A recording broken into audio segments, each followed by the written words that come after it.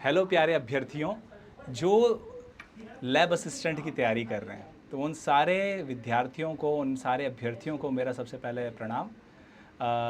देखिए, आज की क्लास में आपको समझ में आ ही चुका होगा कि आज हम क्या डिस्कस करने वाले हैं। हम ये जानेंगे कि लैब असिस्टेंट जो है उसके अंदर जो फिज़िक्स का पेपर है ना, उस फिज़िक्स के पेपर में क्या क्या चीज़ें कैसे पूछी जाती है, क्या स्ट्रेटजी प्लान करनी चाहिए सो दैट हम उसके अंदर कुछ अच्छा स्कोर कर पाएँ। देखिए, जो कट ऑफ रहती है, आपको पता है कि आजकल सरकारी जॉब को पाना कितना मुश्किल है ना। तो उसके लिए अगर हम प्लानिंग सही से नहीं करें ना, तो हम शायद भीड़ में पिछड़ जाएंगे, उस रेस में पिछड़ जाएंगे। तो इसी को ध्यान में रखते हुए मैंने आप सभी के गाइडेंस के लिए ये वीडियो बना रहा हूँ मैं। और इसमें देखिए, आप इस वीडियो में आप देखेंगे कि भाई कैसे हमें प्लान करना चाहिए। तो सबसे पहले तो हम बात कर लेते हैं कि देखिए, एक ऐसी जॉब जिसमें कुछ लिमिटेड सिलेबस है, हमें वो पढ़ना है। पढ़ने के बाद थोड़ी सी अगर प्रैक्टिस लगा लें, थोड़े से क्वेश्चन आंसर की प्रैक्टिस कर लें, तो ट्वेल्थ पास के बाद नौकरी पाने का, सरकारी नौकरी पाने का एक बहुत ही अच्छा अवसर है। सरकारी जॉब जो है वो सभी के लिए, कईयों के लिए तो सपना ही रह जाता है ना। तो सरकारी जॉब ये बहुत ज़रूरी है आज की। क्यों ज़रूरी है? क्योंकि हमारे जीवन में अनस्टेबिलिटी है, पता है नहीं अगले क्षण क्या होगा, है ना। तो ज़रूरी तो है भी सरकारी जॉब, और ये जॉब आप प्राप्त कर सकते हैं बहुत ही आसानी से। कैसे है? तो चलिए बता देता हूँ। देखिए, सबसे पहले तो इसके लिए योग्यता क्या होनी चाहिए, ठीक है। तो देखिए, योग्यता के लिए एक सीधा सा तरीका है भाई, आप 12th पास होने चाहिए। अब 12th पास होने के बाद भाई कौन से स्ट्रीम वाला दे सकता है, ये कौन से स्ट्रीम वाला फॉर्म भर सकता है। तो देखिए, ये फॉर्म वो अप्लाई कर सकते हैं जिनका जो 12th हुआ है वो साइंस बैकग्राउंड से हुआ है, और जो आर्ट्स बैकग्राउंड से हुआ है वो भी भर सकते हैं। क्या सर, आर्ट्स बैकग्राउंड वाले भी भर सकते हैं? बिल्कुल, आर्ट्स वाले भी भर सकते हैं। जिनका ज्योग्राफी सब्जेक्ट है या होम साइंस है, वो दोनों भर सकते हैं। लेकिन इस क्लास में हम बात करेंगे स्पेसिफिकली सिर्फ साइंस स्ट्रीम के बारे में, ठीक है। भाई, साइंस स्ट्रीम में आपको क्या क्या करना है, पेपर कैसा आएगा, है ना, हमें क्या पढ़ना है, कैसे पढ़ना है, कैसे प्लान करना चाहिए, सब बताऊंगा, टेंशन मत लो, बस वीडियो में बने रहो। देखिए, सबसे पहले तो देखो, इसकी पेपर स्कीम को समझते हैं। जैसा कि आपको स्क्रीन पर नज़र आ रहा होगा, भाई ये जो इसका जो एग्ज़ाम होगा वो, उसमें 2 पेपर होंगे। पहला पेपर जो है वो सामान्य ज्ञान का है। किसका है भाई? सामान्य ज्ञान का पेपर है। सामान्य ज्ञान यानी कि जीके का, जनरल नॉलेज का पेपर है, ठीक। क्या क्या चीज़ें पूछी जाएगी? बेसिकली इनमें 2 पार्ट हैं। एक तो राजस्थान का है भाई, राजस्थान जीके है। राजस्थान जीके में क्या? उसका भौगोलिक, ऐतिहासिक, सांस्कृतिक एवं सामान्य परिचय या सामान्य ज्ञान कह दो। और करंट अफेयर्स आएंगे। करंट अफेयर्स मतलब समसामयिक मामले जो अभी चल रहा है, करंट अफेयर्स। क्लियर? और क्या आएगा? तो आप देख सकते हैं, ये आएगा अपना वर्ल्ड जीके और इंडिया जीके। वर्ल्ड जीके और इंडिया जीके आएगा, ठीक है। अब उसके लिए भी आपको यहाँ पर प्रतिज्ञा क्लासेस आपको गाइडेंस प्रोवाइड करेगा। आपको वो क्लासेस जो प्रोवाइड की जाएंगी वो आपको देखनी है, आपकी तैयारी बहुत अच्छी होगी, ठीक है। चलिए, उसके अलावा क्या आ रहा है? एजुकेशनल साइकोलॉजी आ रही है, मतलब शैक्षणिक मनोविज्ञान आ रहा है। क्योंकि लैब असिस्टेंट का जॉब है, जो स्कूल स्तर के विद्यार्थी हैं उनमें, जो स्कूल में जो लैब होती है उसको असिस्ट करना, उसको संभालना, इसलिए बच्चों से डील करना ज़रूरी होगा। इसीलिए ये डाला गया है शैक्षिक मनोविज्ञान या एजुकेशनल साइकोलॉजी। कितने, देखो इसमें प्रश्न आएंगे, तो इसमें 100 प्रश्न आएंगे। कितने नंबर के? हर प्रश्न 2 नंबर का, तो कितने हो गए टोटल? 200 अंक हो गए। कितने हो गए? 200 अंक। और टाइम मिलेगा आपको 2 घंटे का, सही। कुल अंक 400 हैं। कुल अंक मतलब जैसे ये फर्स्ट पेपर है, फर्स्ट पेपर के 200 हो जाएंगे और सेकंड पेपर का 200 हो जाएगा, तो टोटल मिला के 400 हो जाएंगे। ये एक्चुअल में यहाँ पे गलत लिख दिया गया है, ठीक है। तो 100, अब ये जो सेकंड पेपर है ना आपका, वो भी देखो कितने नंबर का है? 200 नंबर का ही है। प्रश्न कितने आएंगे? 100 आएंगे, सही। लेकिन सेकंड पेपर में करना क्या है भाई? सेकंड पेपर को तैयार करने के लिए आपको देखो, आपकी बायोलॉजी, अच्छा कौन दे सकता है सर, मेरे तो बायोलॉजी है ही नहीं, मैं तो मैथ्स का हूँ। दे सकते हो अगर आप तैयारी कर पाओ तो। पीसीएम और पीसीबी आपका सब्जेक्ट जो भी रहा हो आप इसको दे सकते हैं। हाँ, आपको पढ़ना पड़ेगा ज़रूर, ठीक है। बायोलॉजी का नॉलेज जो भी आपको चाहिए, तो यहाँ पे हमारे जो फैकल्टी हैं बहुत एक्सपर्ट हैं अपने सब्जेक्ट में, तो बायोलॉजी तो आपको ऐसा तैयार कर देंगे, मतलब अगर मैथ्स के बैकग्राउंड के भी हो ना तब भी ऐसा पढ़ा देंगे भाई साहब, पूछो मत, आपको याद हो जाएगा, ठीक है। बहुत अच्छे जानकार हैं, ठीक है। देखिए अब फिज़िक्स की बात करते हैं भाई। सेकंड क्या आता है, फिज़िक्स, और फिर क्या आएगा उसके बाद, केमिस्ट्री, ठीक है। फिज़िक्स कौन पढ़ाएगा, फिज़िक्स मैं ही पढ़ाऊँगा, ठीक है जी। हाँ, फिज़िक्स मैं पढ़ाऊँगा। अब फिज़िक्स का बेसिकली मैं आया ही इसलिए हूँ यहाँ पर कि अभी मैं आपको ये बता पाऊँ कि जो सबसे बड़ी समस्या होती है ना वो यही है, ये पार नहीं पाते जल्दी। क्योंकि बायोलॉजी में आप रट सकते हैं, रसायन विज्ञान होता ही रटायन विज्ञान है ना। मतलब आप इसमें रट्टाफिकेशन करके बस रटे जाओ, याद किए जाओ, मेमोराइज करो और नंबर स्कोर कर सकते हो। लेकिन ये ऐसा सब्जेक्ट है फिज़िक्स जिसमें आपका रटा रटाया ज्ञान काम नहीं आता है, आपको समझना पड़ेगा। और सबसे बड़ा बैरियर ही क्या है, फिज़िक्स है। ज़्यादातर बच्चों की समस्याएं ये फिज़िक्स में ही आती है।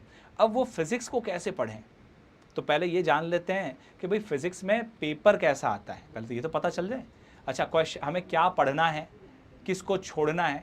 देखो कोई भी अगर युद्ध जीता जाता है ना तो कभी भी केवल हथियार, असला, बारूद से नहीं जीता जाता है, एक सही रणनीति से जीता जाता है, ठीक है।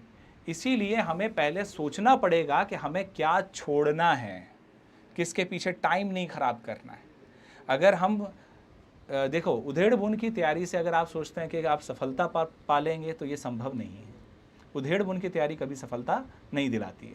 तो अब करना क्या है, देखिए चलिए समझते हैं भाई फिज़िक्स को कैसे प्लान करना है। तो पहले मैंने एक आपको देखो स्क्रीन पे आपको दिखाई दे रहा होगा, ये मैंने इसको तैयार किया है। जो पिछले साल के जो आपके पेपर हुए हैं, जैसे 2016 में पेपर हुआ था, 2018 में हुआ, फिर उसके बाद 2022 में हुआ, तो वो 2 फेज़ में हुआ, फेज़ 1 और फेज़ 2 में हुआ। तो अभी ये जो एग्ज़ाम जो हुए हैं, इन एग्ज़ाम में क्वेश्चन कहाँ कहाँ से आए हैं, हमें क्या पढ़ना है, सिलेबस सभी को पता होता है, लेकिन किसको इंपॉर्टेंस देना है। देखो वीकनेस भी तो फिज़िक्स में क्या ना, सारे टॉपिक आप सोचें कि बहुत उसमें महारत हासिल कर लेंगे और पूरा नंबर ले आएंगे, तो ये तो गलतफहमी है। मैं ये नहीं कह रहा कि कोई बच्चा स्कोर नहीं कर सकता फुल, लेकिन अमूमन ज़्यादातर बच्चों के साथ ये समस्या है कि फ़िज़िक्स के क्वेश्चंस लगा वहाँ पे देखते ही वो भूल जाते हैं, भाई समझ ही नहीं आता क्या करना है क्या नहीं करना है। तो क्यों ना हम अपना फोकस पहले उन चैप्टर्स पे डालें जिन पे ज़्यादा वेटेज है, जिनमें क्वेश्चन ज़्यादा आते हैं, या जिनके क्वेश्चन थोड़ा ईजी पड़ते हैं, जो हमसे हो सकते हैं आसानी से, ठीक है। तो इसी को समझने के लिए एक पेपर का एनालिसिस तैयार किया है मैंने। ये देखिए आप यहाँ पर, जैसे इसमें चैप्टर के नाम लिखे हुए हैं, मैं आपको बता दूंगा हिंदी में भी अभी कि हिंदी में किसको किस चैप्टर को क्या कहते हैं। देखिए centre of mass and inertia rotational motion, है ना, यानी कि द्रव्यमान केंद्र, ठीक है, द्रव्यमान केंद्र, जड़त्व आघूर्ण, या फिर इसको हम क्या कहते हैं, और ये रोटेशनल मोशन को क्या कहते हैं, घूर्णन गति। आप देख सकते हैं इसके 3 क्वेश्चन आए थे 2016 में, 2018 में भी 3 आए, लेकिन 2022 में आप देखें तो सिर्फ 2 क्वेश्चन आए हैं। कितने आए हैं, 2। अब अमूमन ये जो टॉपिक बन रहा है ना, जो मैंने ऑब्जर्व किया पिछले साल के पेपर में, वो बेसिकली जो सबसे ज़्यादा क्वेश्चन पूछा जा रहा है ना, वो इन 2 टॉपिक से पूछा जा रहा है। सेंटर ऑफ मास भी फिर भी उतना ज़्यादा इंपॉर्टेंट नहीं है जितना इनर्शिया इंपॉर्टेंट है। इनर्शिया सबसे ज़्यादा इंपॉर्टेंट है। ये सर रोटेशनल मोशन से नहीं पूछा जाता, बिल्कुल पूछा जाता है, रोटेशनल मोशन से भी पूछा जाता है, लेकिन रोटेशनल मोशन में क्वेश्चन को समझना बच्चों के लिए मुसीबत होती है। लेकिन इनर्शिया को टिप्स से या ट्रिक्स से हम कर सकते हैं, सीख है ना, मैं बता दूंगा आपको कैसे करना है। तो रोटेशनल मोशन पे मैं ये नहीं कहता कि कोई बच्चा नहीं कर पाएगा, कर तो पाएंगे, लेकिन हर बच्चा कर ले ये ज़रूरी नहीं है ना। तो मैं आपको सिखाऊंगा ऐसा कि रोटेशनल मोशन जो है वो आपको थोड़ा आसान लगेगा, आप कर पाओगे। प्रैक्टिस तो चाहिए होगी, बिना प्रैक्टिस कुछ नहीं होगा, प्रैक्टिस तो मस्ट है, ठीक है। ये सर प्रैक्टिस पेपर कहाँ से लाएं, सब मिलेगा, टेंशन नहीं लेने का, सब मिलेगा। यहाँ पे प्रतिज्ञा क्लासेस आपको सब कुछ प्रोवाइड करेगा। आपको बस एक जज्बा चाहिए कि मुझे ये इस बार ये नौकरी पानी है। देखो होता क्या है कि जितना लंबा गैप होता है ना, जितना लंबा गैप होगा ना एग्ज़ाम में, एग्ज़ाम का सिलेबस आउट हुआ या अपन ने फॉर्म फिल किया, और जितना लंबा गैप होता है ना, उतने लंबे टाइम में हमें तैयारी के लिए वो टाइम चाहिए होता है, क्योंकि सिलेबस कवर करना होता है और सिलेबस कवर नहीं हो पाता है, लेंदी होता है। लेकिन वो लंबा वक्त ना पेशेंस रखना और उस पर कंसिस्टेंट बने रहना, मतलब उस पर लगातार करते रहना, उस काम को, उसकी तैयारी लगातार करते रहना बड़ा मुश्किल होता है, जोश ठंडा होने लग जाता है। बट ये ऐसा ही पेपर है जिसमें आपका जोश ठंडा होने लगेगा, क्योंकि टाइम ज़्यादा लगेगा, पर आपको करना पड़ेगा, एक कंसिस्टेंसी रखनी पड़ेगी, लगातार मेहनत करनी पड़ेगी, लगातार पढ़ना पड़ेगा, ठीक है, हो जाएगा पर पेपर, ठीक है। अब फिर क्या है, देखिए एक फ्लूइड आपने चैप्टर पढ़ा होगा, फ्लूइड को कहते हैं तरल, ठीक है। इसके क्वेश्चन बेटा बहुत रेयर है, जैसे एक बार ही देखने को मिला 2018 में, फिर हाँ 2022 के फर्स्ट फेज़ में आया हुआ है एक क्वेश्चन केवल। तो ये इतना इम्पोर्टेंट नहीं है, इसके पीछे अपन टाइम ख़राब नहीं करेंगे, है ना, इसको सबसे लास्ट में ही देखेंगे। और इसमें क्वेश्चन भी जो आए हुए हैं ना, वो देखो स्पेशली सरफेस टेंशन यानी कि पृष्ठ तनाव से आया हुआ क्वेश्चन है, और कहाँ से आया हुआ है, विस्कोसिटी यानी श्यानता पे बेस्ड क्वेश्चन आए हुए हैं। इसके अलावा भी बहुत सारी चीज़ें हैं भाई इस चैप्टर के अंदर, लेकिन उससे क्वेश्चन नहीं आया हुआ है, आप समझे। तो हमें फ्लूइड को भी पढ़ना होगा, लेकिन कितना पढ़ना है वो मैं बता दूंगा, ठीक है। आ गया ना समझ में। ऐसे ही देखो thermodynamics and KTG, thermodynamics and KTG यानी कि ऊष्मागतिकी एवं अणुगति, गैसों का अणुगति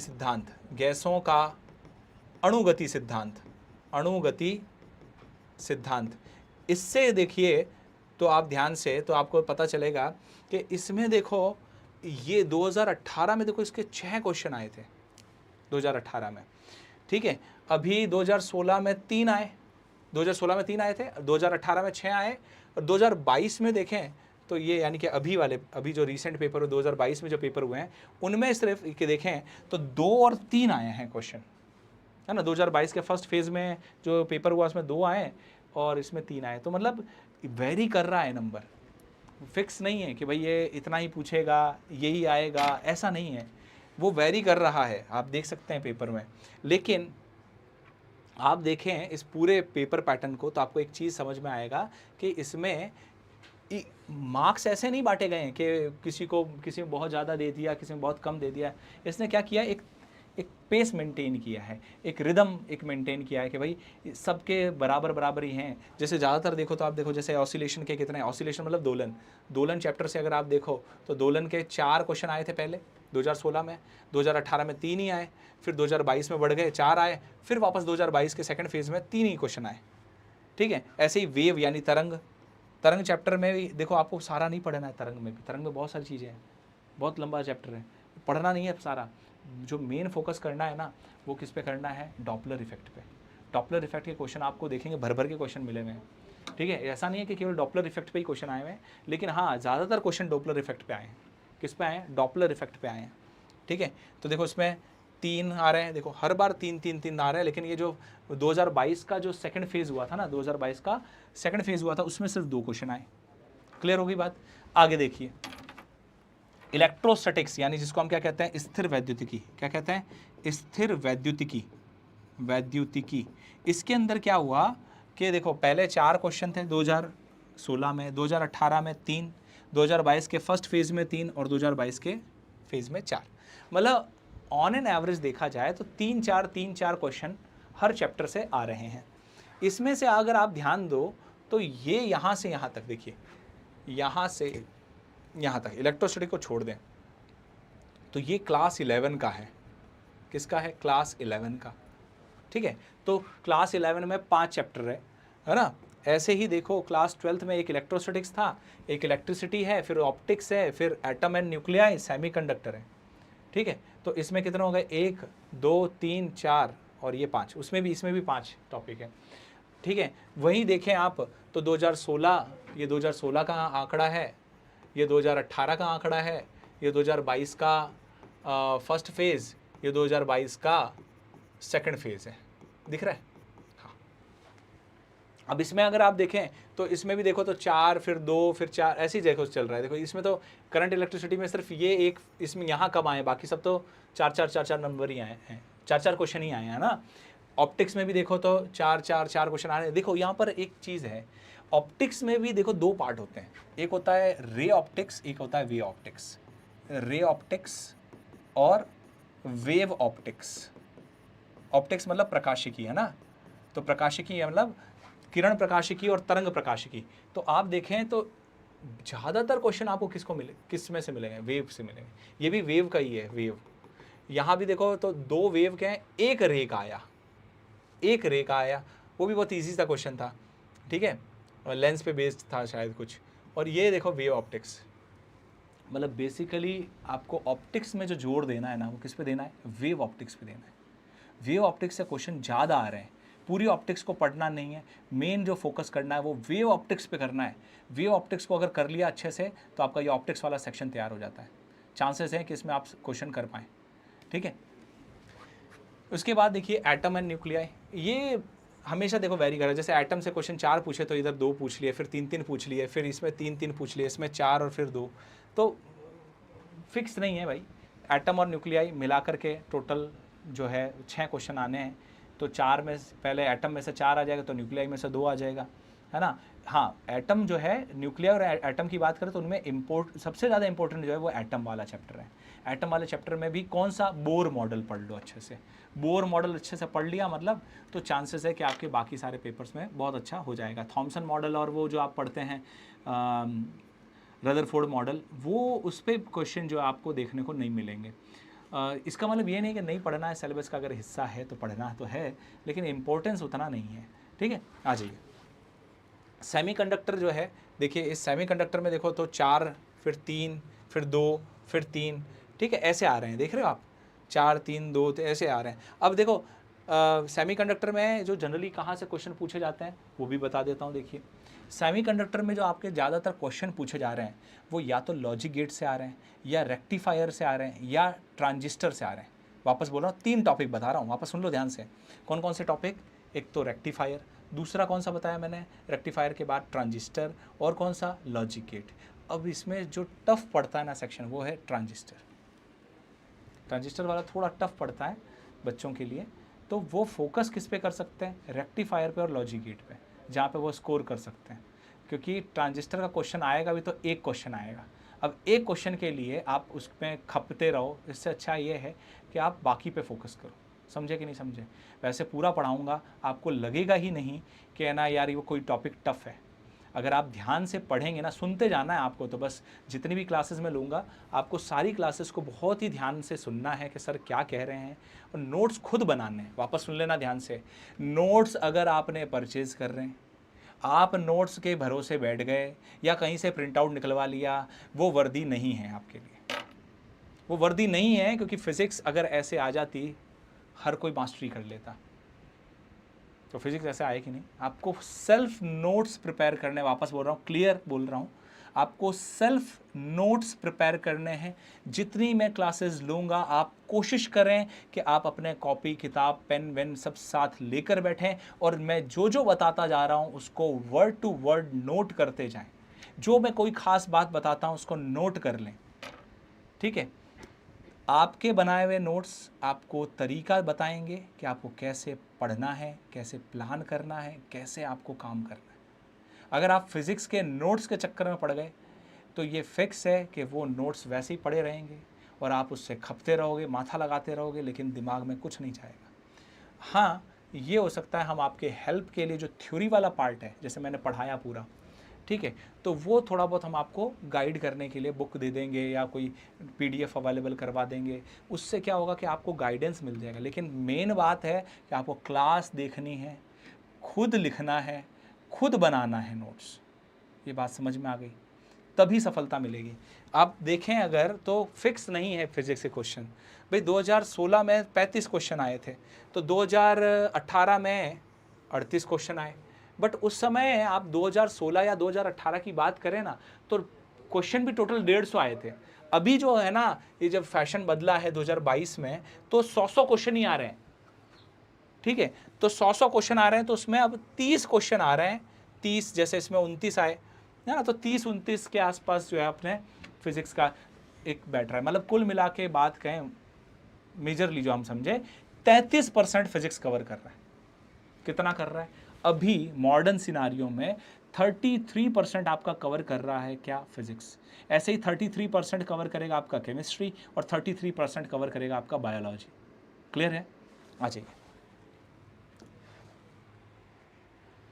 भौतिक विज्ञान का जो सिलेबस है, अब उसको थोड़ा पढ़ लेते हैं, उसको जान लेते हैं भी, क्योंकि देखो सबसे पहले तो सिलेबस पता होना चाहिए, पढ़ना क्या है।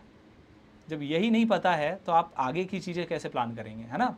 तो सबसे पहले तो जान लो कि अपना एक बार मैं सिलेबस सभी के पास होता है, ऐसा नहीं कि नेट से नहीं निकाल सकते, निकाल सकते हैं, लेकिन अगर आप उसको समझ लें ना पढ़ना क्या है ना, सिलेबस को अगर थोड़ा सा याद कर लें कि भाई मेरा सिलेबस में ये पॉइंट्स हैं, तो जब पढ़ोगे ना तो आपको पता रहेगा कि हमें और कितना तैयारी करनी है। ठीक है, एक प्लान कर पाओगे। तो पहले इसको समझ लेते हैं फटाफट। देखिए आइए, देखिए ये क्लास 11 का है ना, मैं यहाँ लिख दे रहा हूँ, देखो ये क्लास 11 का है। क्लास 11 में से कौन कौन से टॉपिक्स पढ़ने हैं आपको?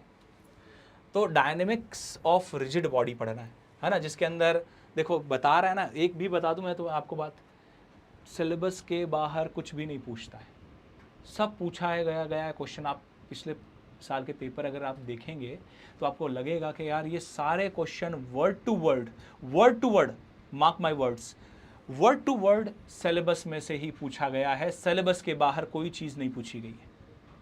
तो अपने को सिलेबस जो दिया हुआ है वही पढ़ना है ना।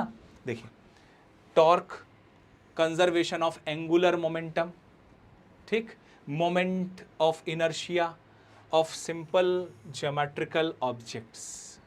वापस देखो, मैंने इसीलिए कहा था कि आपको मेन फोकस किस पे करना है? मोमेंट ऑफ इनर्शिया यानी जड़त्व आघूर्ण पे करना है। किस पे करना है? मोमेंट ऑफ इनर्शिया या जड़त्व आघूर्ण पे मेन फोकस लगाना है। इनमें से क्वेश्चन ज़्यादातर पूछे गए हैं इस चैप्टर में, तो मैं इसको सर्कल कर दे रहा हूँ, है ना। बाकी जो टॉपिक्स हैं इनका नॉलेज होना चाहिए आपको। जैसे टॉर्क क्या होता है, नॉलेज होना चाहिए। क्वेश्चन आए हैं, टॉर्क पे भी आए हैं, और इसके जो इक्वेशंस हैं ना उन पे भी क्वेश्चन आए हुए हैं। रोटेशनल मोशन की जो इक्वेशंस बनती हैं उन पे भी क्वेश्चन आए हुए हैं। Conservation law of angular momentum पे भी क्वेश्चन आया हुआ है। ठीक है, तो बट इनका रेशो बहुत ही कम है, इनका रेशो बहुत ज़्यादा है, तो मोमेंट ऑफ इनर्शिया से क्वेश्चन ज़्यादा आते हैं। ठीक है, तो ये टॉपिक बहुत इंपॉर्टेंट है इसके अंदर। थर्मोडायनेमिक्स में आपको देखो क्या क्या पढ़ना है, first and second law of thermodynamics. Second law इतना इंपॉर्टेंट नहीं है, आपको फोकस करना है फर्स्ट पे। किस पे करना है? प्रथम नियम पर फोकस करना है। किस पे फोकस करना है? प्रथम नियम पर। लेकिन इससे भी ज़्यादा इम्पोर्टेंट जो बात है वो ये है कि इसमें जो ऊष्मा इंजन है, आपका जो हीट इंजन, ऊष्मा इंजन, इस पे फोकस डालना है। इसके अलावा केटीजी का पार्ट है, इसमें लिखा हुआ नहीं है, एक केटीजी का पार्ट इसके साथ, क्योंकि इसके पैरेलल समझने में वो मदद करता है, तो एक केटीजी का कुछ पार्ट है वो भी आपको साथ में कवर करना होगा। मैं आपको कवर करवा दूंगा, जैसे Boyle's law, Charles law, ल्यूसेक्स law, वो थर्मोडायनेमिक्स में पढ़ते हैं, केटीजी का भी वो पार्ट है। तो केटीजी में अच्छा इसके अलावा कुछ और भी छोटी छोटी चीज़ें होती है, जैसे स्पेसिफिक हीट, ये वो, है ना, ये तो कुछ चीज़ें हैं जो आपको केटीजी में पढ़ने को मिलेगा, और वो मैं इसके साथ ही कवर करवा दूंगा आपको। ठीक है, थोड़ा जैसे आपको कोई टॉपिक पढ़ना पड़ रहा है, जैसे इसने लिख तो दिया प्रिसाइजली कि फर्स्ट लॉ, तो अब लेकिन फर्स्ट लॉ में क्या जो पैरेलल चीज़ें कुछ काम आ रही हैं तो वो आपको पढ़ना तो पड़ेगा ना। वो भले ही यहाँ लिखा हुआ नहीं है लेकिन आपको पढ़ना तो है ना, तो वो इस फर्स्ट लॉ का ही क्या है, पार्ट है। ठीक है, ऐसे समझे कि नहीं समझे? जैसे अगर मैं फर्स्ट लॉ लगा रहा हूँ, मुझे एनर्जी निकालनी है, तो हो सकता है कि मुझे कभी स्पेसिफिक हीट काम में लेना पड़े, CP/CV या कुछ और काम में लेना पड़े। मुझे नॉलेज ही नहीं है कि CP/CV क्या है, तो मैं वहाँ पे कैसे करूँगा? मैं सिर्फ फर्स्ट लॉ को लेकर के रट करके बैठ जाऊँ मैं कि वही आएगा। मैं ये बात ज़रूर कह रहा हूँ कि सिलेबस के बाहर कुछ नहीं पूछा जाएगा, लेकिन सिलेबस में जो यहाँ लिखा हुआ है उसको कवर करने वाले टॉपिक, उसको समझाने के लिए जो सब टॉपिक्स हैं वो भी आने चाहिए आपको, तब जाकर के पेपर निकलेगा। ठीक है, ऑसिलेशन, ऑसिलेशन से देखें तो आप सिंपल हार्मोनिक मोशन एसएचएम को प्रायोरिटी देंगे, और उसके अलावा जो उसके कुछ एग्जांपल्स हैं रेजोनेंस पे बेस्ड हैं, और एक अच्छा इसके अंदर डैम्पिंग ऑसिलेशन, देखो सुनना ध्यान से, ज़्यादातर देखो आप देखो तो कंपटीशन एग्जाम में डैम्पिंग ऑसिलेशन को अवॉइड किया जाता है, लेकिन इसमें अवॉइड नहीं किया गया भाई। डैम्पिंग ऑसिलेशन से बहुत सारे क्वेश्चन आए हैं। डैम्पिंग ऑसिलेशन मतलब अवमंदन दोलन, अवमंदित दोलन, वापस सुन लेना ध्यान से क्या कह रहा हूँ, अवमंदित दोलन यानी कि डैम्पिंग ऑसिलेशन, इससे क्वेश्चन आए हुए हैं। ठीक है, तो ये भी इस पे क्वेश्चन जो है वो हमें करने आने चाहिए। वो टफ आता है क्वेश्चन, और कैसे करना है उसकी स्कीम मैं सिखा दूंगा, और स्कीम के बाद तुमको ये लगेगा ही नहीं कि ये बहुत टफ है, वो लगेगा ऐसा है कि यार ये तो हमसे हो जाएगा, यार ये क्या चीज़ है। बिल्कुल मैं मजाक नहीं कर रहा, आपको मैं फिज़िक्स आपको फिंगर टिप्स पे करवा दूंगा, लेकिन उसके लिए आपको कंसिस्टेंसी रखनी पड़ेगी। मैं रेगुलर पढ़ाऊंगा, रेगुलर पढ़ना पड़ेगा। अगर आप ये सोचें कि एक अच्छा टीचर आपका रिजल्ट बना सकता है, तो ऐसी बात नहीं है। अच्छे टीचर के साथ साथ एक अच्छा स्टूडेंट जो कि डिसिप्लिन्ड हो, मुझे टैलेंटेड स्टूडेंट्स की मैं बात नहीं कर रहा, टैलेंटेड की बात ही अलग है, लेकिन डिसिप्लिन्ड होना ज़रूरी है। जो टैलेंटेड होता है ना, कई बार अगर वो डिसिप्लिन्ड नहीं है ना, तो वो अपनी रैंक गंवा देता है। तो डिसिप्लिन्ड होना ज़रूरी है। आपको डिसिप्लिन्ड होकर के मैं आपको देख पाऊँ ना देख पाऊँ, लेकिन आपको आत्म अनुशासन में रहना है, आपको पढ़ना है, और आपका पेपर निकलेगा। ठीक है, हर दिन एक बात अपने से कहनी है कि मैं कर सकता हूँ। ठीक है, मैं कर सकता हूँ और मुझसे हो जाएगा। ठीक है, चलें आगे। आगे देखिए, इसके अलावा देखिए एक वेव टॉपिक है, इसके क्वेश्चन कम आते हैं, सुनना वापस ध्यान से। वेव के टॉपिक के क्वेश्चन आते भी हैं तो सिंपल आते हैं, आप आसानी से कर सकते हैं। बहुत रेयर ऐसा हुआ है कि इसके कोई क्वेश्चन टफ गए हैं। ठीक है, बहुत इजी चैप्टर होता है, आराम से आप कर सकते हो। इसमें डॉपलर इफेक्ट जो है ना, इसको आपको बस एक ट्रिक से समझना है तो टफ, लेकिन ट्रिक से समझना है। ट्रिक से मैं समझा दूंगा, आपको फार्मूला भी ज़्यादा रटना नहीं है, आपको फार्मूला 1 या 2 रटवाऊंगा, उससे ही आप पूरे क्वेश्चन को सॉल्व कर पाएंगे। जितने क्वेश्चन आते हैं ना, सबको सॉल्व कर लोगे। ठीक है, इसमें क्या ट्रिक्स काम आती हैं, इसमें ट्रिक्स के ही बेस पर ये पूरा चैप्टर है। समझ गए मेरी बात? तो इसमें डॉपलर इफेक्ट जो है ना, वो बहुत इंपॉर्टेंट है।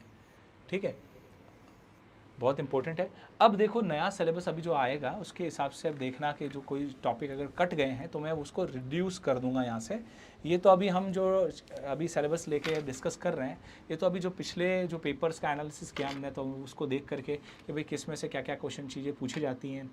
ठीक है, अभी नए सिलेबस में अगर कोई चीज़ रिड्यूस होती है, कोई हटाते हैं, तो मैं उसको भी अपडेट करके यहाँ से हटा दूंगा, और आपको एक बार वापस कंफर्म कर दूंगा कि भाई आपको ये पढ़ना है, ये टॉपिक कटा हुआ है, वो सब चीज़ें मैं आपको बता दूंगा। ठीक है, टेंशन नहीं लेने का। अच्छा, लैब असिस्टेंट का आप देख सकते हैं नया बैच शुरू हो चुका है, 25 मई से शुरू हो चुके हैं। आपको ऑनलाइन रिकॉर्डेड जो लेक्चर्स हैं वगैरह सब आपको अवेलेबल मिल जाएंगे। ठीक है, आप लाइव क्लास से भी जुड़ सकते हैं, आप उसके साथ ये जो इनका कुछ रिकॉर्डेड मटेरियल है वो भी आप जा कर के कभी भी एनी टाइम आप उसको देख सकते हैं। ठीक है, अब जो भी ज़्यादा जानकारी है उसके लिए तो आपको इस ऐप पर विज़िट करना होगा, प्रतिज्ञा क्लासेस का जो ऐप है उस पर आपको विज़िट करना होगा, वहाँ पे जा कर के आप चीज़ें देख सकते हैं। ठीक है जी, चलिए आगे बढ़ते हैं। इसके बाद देखिए जो क्लास 12th का पार्ट देखो यहाँ से शुरू हो रहा है। क्लास 12th के पार्ट में आपको क्या क्या करना है। क्लास 12th के पार्ट में देखो सबसे पहला आ रहा है इलेक्ट्रोस्टैटिक्स। इसमें ये बहुत इंपॉर्टेंट है, कुलम्स लॉ।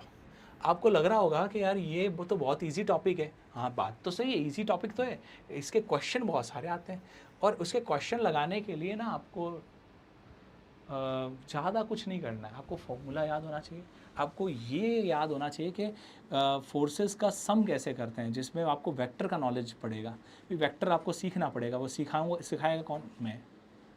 ठीक है, कैसे है ना, वो मैं सिखा दूंगा। जो भी जितना भी वेक्टर काम आएगा ना, देखो मैंने ये शुरू में भी कहा, सिलेबस के बाहर कुछ नहीं पूछेगा, लेकिन उसको कवर करने के लिए अगर कोई सब टॉपिक्स है तो पढ़ना पड़ेगा।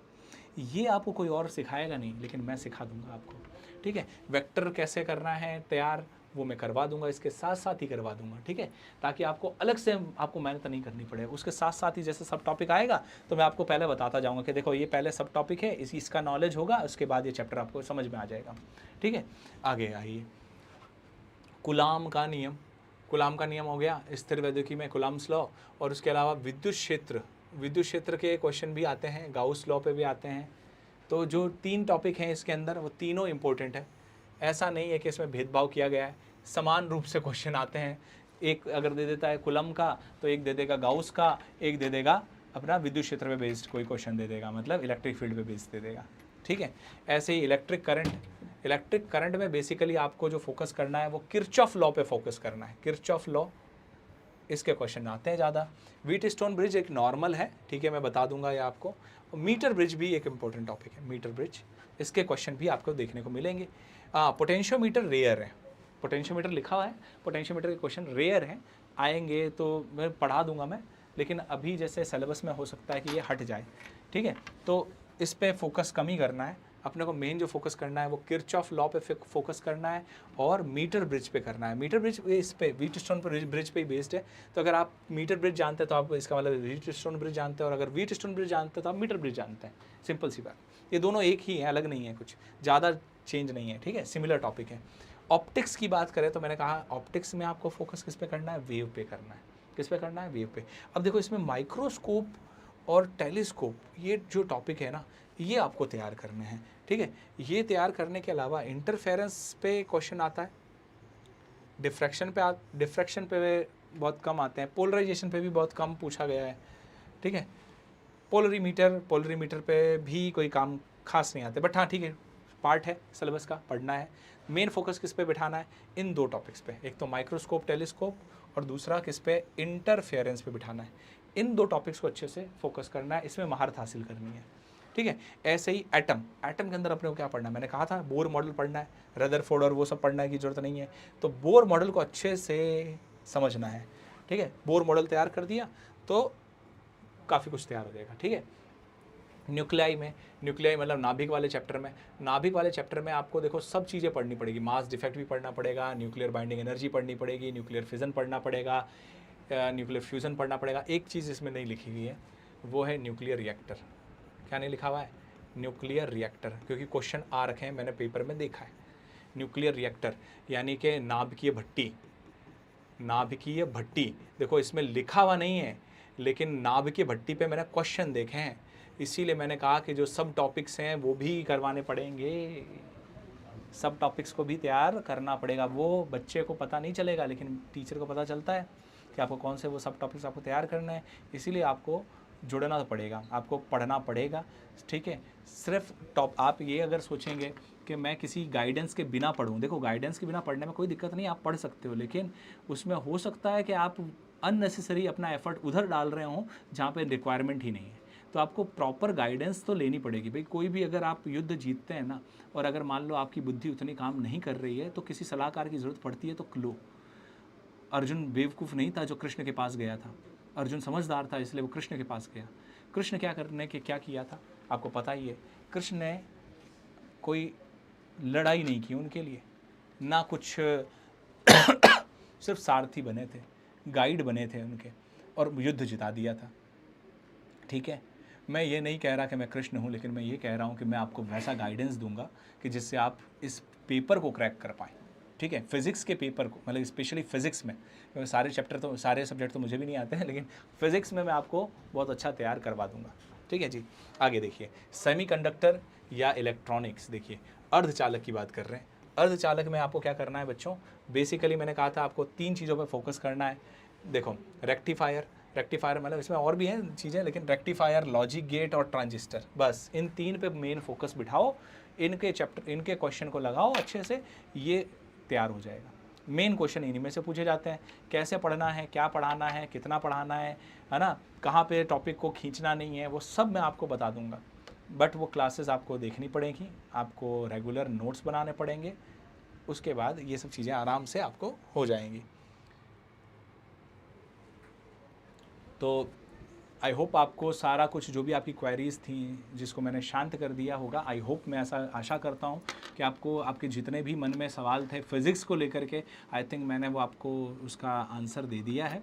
इसके अलावा भी अगर मान लो आपके दिमाग में कोई ऐसा बात रह जाती है कि सर मुझे ये नहीं पता, मुझे वो नहीं पता, तो आप कॉमेंट सेक्शन में आकर के आप अपनी बातें लिख सकते हैं, उसका आंसर मैं आपको वीडियो के थ्रू रिप्लाई दे दूंगा, या मैं जब भी अपना क्लास शुरू होगी आप उस क्लास से जुड़ें, और उस क्लास में मैं आपको वो सारी चीज़ें बताता जाऊंगा।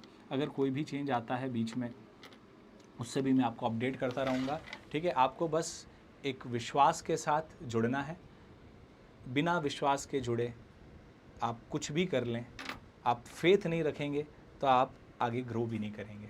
फेथ रखना पड़ेगा, आपको विश्वास रखना पड़ेगा, आपको आप साथ में मेहनत भी करनी पड़ेगी, ठीक है। आपको ये ध्येय रखना है कि मुझे एक टीचर पकड़ना है, ज़रूरी नहीं है मैं हूँ, आपको एक टीचर पकड़ना है, एक टीचर पे विश्वास रखना है और उसके थ्रू मेहनत करते रहना है।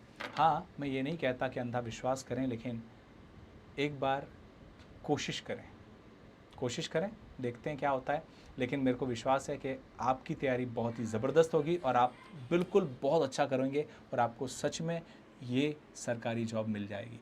कोशिश कीजिए, मैं आपके साथ हूँ, पूरा प्रतिज्ञा क्लासेस आपके साथ है, आपको गाइड करने के लिए, आपके युद्ध में, आपकी इस जर्नी में आपका भागीदार बन के। चलिए आज की क्लास को यहीं ख़त्म करते हैं, मिलेंगे नेक्स्ट सेक्शन में।